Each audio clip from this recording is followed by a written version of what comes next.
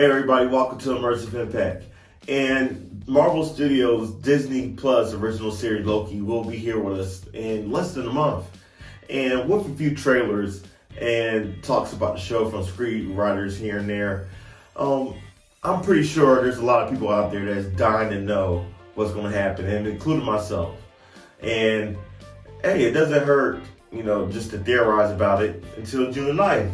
So I'm here with y'all to give y'all my theory about Loki. Spoiler warnings, just in case, any of the stuff that I'm saying is right. But hey, let's get into it.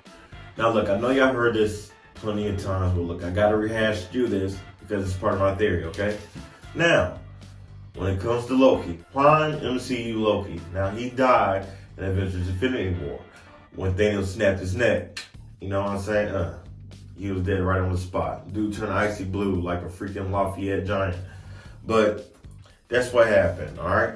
Now, of course, in the next movie, Avengers Endgame, the Avengers went back in time because they had to make a new gauntlet. So they went to go take reality stones for different times of when they came across them, all right? Now, when they went back in 2012, I guess, in the Battle of New York, they tried to take the Tesseract, but they failed on their first attempt. And the Tesseract ended up in the hands of Loki. Now, Loki, God don't knows where the hell he was going. But chances are he was probably ended up trying to go back to Asgard, or he was trying to get back to Thanos. Those are my theories. But, right as he used the Tesseract, bam, TVA called up with him. Probably sent them all somewhere. Chances are they're probably going to lock up Loki and throw away the key. Because Judge Renslayer just see Loki as a liability and just as dangerous as his counterpart. But my boy Mobius sees Loki as an asset. Because if you think about it, see, look, the Avengers, they've been traveling and making all these new realities. Or even maybe there's already been realities out here that we haven't heard of that just got affected from the snap just from one universe. Now, mishap just happened across all these other universes. Now, Loki's that's in all these other universes are bending realities to their own liking, just making sure that they always come out on top with no repercussions. And TVA see that this is actually, a bad thing, Mobius see that this is a bad and a horrible thing. And that's why he see Loki as an asset. Because who knows Loki better than another Loki? Nobody's not. So you might as well, the only way to defeat the mischief is to get the mischief. Surprise. And hey, he knows the key. So that's why my boy Mobius is on a mission.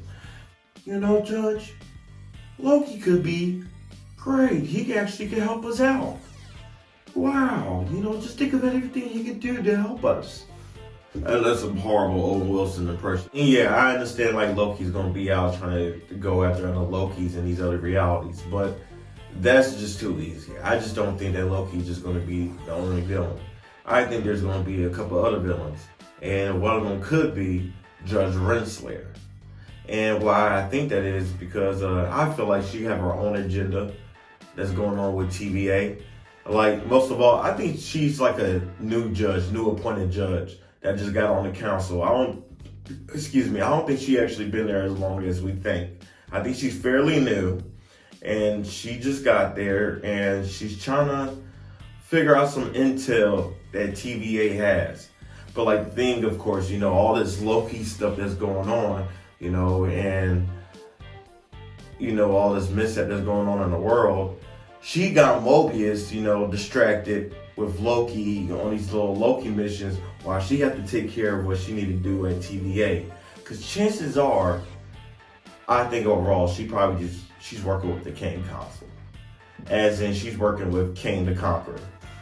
And I bring that up because I do think that Kang the Conqueror is going to be in this show. Because it just makes sense. Because I remember even back then, I think it was October 2020, when before they even mentioned Ant-Man Quantumanium, they just said Jonathan Majors is Kang the Conqueror. I was like, okay, that's crazy. He's going to be in Ant-Man 3. He's going to be Ant-Man 3. And I was like, okay, that's crazy. That's dope. I'm thinking to myself, all right, well, why are they bringing this up now? know what I'm saying? Like, they didn't say or announce anything else for Kang the Conqueror. But it makes sense because maybe he was already filming for the show. And they was like, well, shoot, it's already going to get out because we see this guy just walking around and stuff like that. We might as well just say that he's coming out and just being Kang the Conqueror for this show and also for Ant-Man 3. But of course, they didn't say anything about the show because it's supposed to be a surprise, you know. You know, Jonathan Major's supposed to be a surprise. But, you know, it's still going to surprise me if I see him. And, you know, I think he is going to be on there, and I do see him, I'm still going to be surprised 100%. So it's not taking anything away from me. So I can't wait. But yeah, Kang is a time traveler. He's going to be working with Renslayer. They also had like a love interest in the comic books. Chances are they're probably going to have something like that in the TV show. Like, hey, spice it up. It's a little menage a trois on Loki Disney Plus. You never know. But yeah, that would be dope to set this off for Ant-Man 3. Because, I mean, he's a time traveler. You know what I'm saying? We just got from Endgame. They was time traveling there. Jumping from time traveling to multiverse. You know what I'm saying? So the in-between is Kang the Conqueror. So he does all that. He time travel, he multiverse jump, he goes to quantum realms, Chronopolis, all types of crazy stuff. So it just makes sense that he just starts right here. And not just Kang the Conqueror, but I do think there's a few other people that might be showing up in this show also. And yes, some of them already been speculations before, but I might as well just reiterate because I really do think it's going to happen. But let me just go on with my theories of people who's going to go on. All right, for starters, I do think that Frigga is going to show up in this TV show. Yes, I mean, you got to have her. I mean, just think about it. Like, all right, in Avengers Endgame, Thor seen her, he talked to her. He had closure with her, you know what I'm saying? Loki just loved her just as much as Thor does, you know what I'm saying? And he never got that closure with her. So her being on the show and he's actually getting a little closure from her, even though it's not his actual reality mom, because it wasn't Thor reality mom that he went to go see, but it was still his mother. And she knew that was her son, you know what I'm saying? So I would love to see him to get that closure from her. Okay, there have also been reports that Jamie Alexander could be reprising her role as Sif for Loki for the Disney Plus series. And that would be cool as heck because actually in the comics, Loki fused with Sif and became Lady Loki. And that would be cool, you know, if she served that purpose into the story because that would be kind of nice to see that in live action. And, you know, and chances are if Jamie Alexander don't end up becoming, you know, Lady Loki on the TV show, you know, that's fine. She could actually be an ally to Loki. You know, she could actually help him fight her reality Loki because he probably going back crazy, you know what I'm saying? So she probably need help. And she could best serve that story that way. And of course, if Jamie Alexander is not Lady Loki, well, there's been reports or even set photos of Sophie DiMartino. Am I saying that right? Excuse me. I hope I didn't chop up her name. Sophie DiMartino. She's actually a beautiful lady, but she might be actually Lady Loki because I seen set photos my own self, and excuse me, that's the first thing that I thought. Like, wow, this lady is dressed like Loki. Is she could possibly be like Lady Loki? And I hope that she is. There's also reports that she might be Enchantress. And I was thinking to myself, no, I don't want her to be Enchantress. Like, I love Enchantress, believe me. I think she's a great character. I don't want them to bring her on this way, at least. I'd rather her to show up in the Thor movie before she show up on the first season of Loki, you know, at least wait a season or two, you know. And one guy that I do think that's going to be on the TV show, and he's got to be on the TV show, because you can't have Loki without this guy. But it's going to be Thor, God of Thunder. And no, not the big guns Chris Hemsworth, baby, but I'm pretty sure they're going to bring on another reality Thor. I mean, because why not? I mean, you can't have Loki without Thor. You can't have Thor without Loki. It just don't make no sense. Like, I can't even boggle it. But I'm pretty sure they're going to have him on here. And that would be a cool twist to see another reality Thor, just to see how they work.